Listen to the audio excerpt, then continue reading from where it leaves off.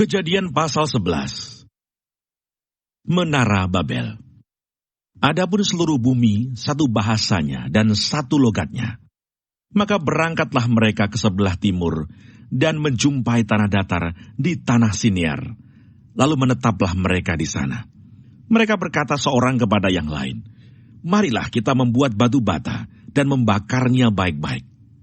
Lalu bata itulah dipakai mereka sebagai batu dan tergala-gala sebagai tanah liat.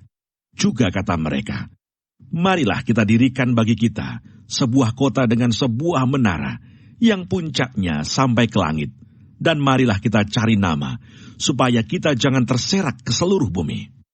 Lalu turunlah Tuhan untuk melihat kota dan menara yang didirikan oleh anak-anak manusia itu.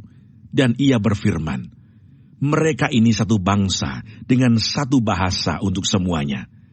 Ini barulah permulaan usaha mereka. Mulai dari sekarang apapun juga yang mereka rencanakan, tidak ada yang tidak akan dapat terlaksana.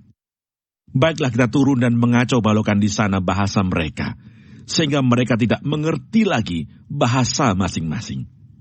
Demikianlah mereka diserakkan Tuhan dari situ ke seluruh bumi, dan mereka berhenti mendirikan kota itu. Itulah sebabnya sampai sekarang nama kota itu disebut Babel, karena disitulah dikacau balaukan Tuhan bahasa seluruh bumi, dan dari situlah mereka diserakkan Tuhan ke seluruh bumi. Keturunan Sem. Inilah keturunan Sem. Setelah Sem berumur 100 tahun, ia memperanakkan Arpakshad, 2 tahun setelah air bah itu. Sem masih hidup 500 tahun setelah ia memperanakkan Arpakshad, dan ia memperanakkan anak-anak lelaki dan perempuan. Setelah Arpakshad hidup 35 tahun, ia memperanakkan Selah.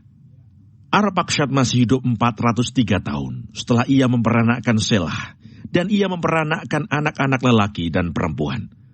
Setelah Selah hidup 30 tahun, ia memperanakkan Eber. Selah masih hidup 403 tahun setelah ia memperanakkan Eber, dan ia memperanakkan anak-anak lelaki dan perempuan. Setelah Eber hidup 34 tahun, ia memperanakkan Peleg. Eber masih hidup 430 tahun setelah ia memperanakkan Peleg, dan ia memperanakkan anak-anak lelaki dan perempuan. Setelah Peleg hidup 30 tahun, ia memperanakkan Rehu.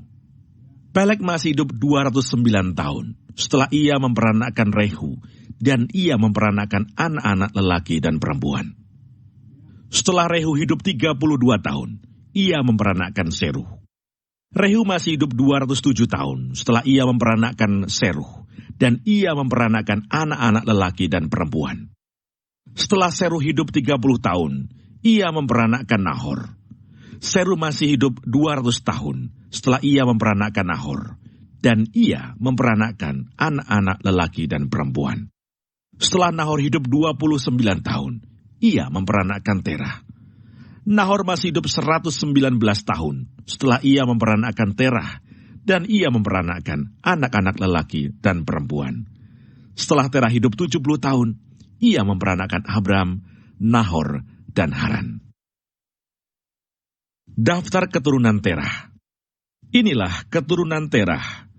Terah memperanakkan Abram, Nahor, dan Haran memperanakkan Lot. Ketika Terah ayahnya masih hidup, matilah Haran di negeri kelahirannya, di Ur-Kasdim. Abram dan Nahor kedua-duanya kawin. Nama istri Abram ialah Sarai, dan nama istri Nahor ialah Milka. Anak Haran, ayah Milka dan Yiska. Sarai itu mandul, tidak mempunyai anak. Lalu Terah membawa Abram, anaknya, serta cucunya Lot, yaitu anak Haran, dan Sarai, menantunya, istri Abram, anaknya. Ia berangkat bersama-sama dengan mereka dari Ur-Kasdim untuk pergi ke tanah Kanaan. Lalu sampailah mereka ke Haran dan menetap di sana.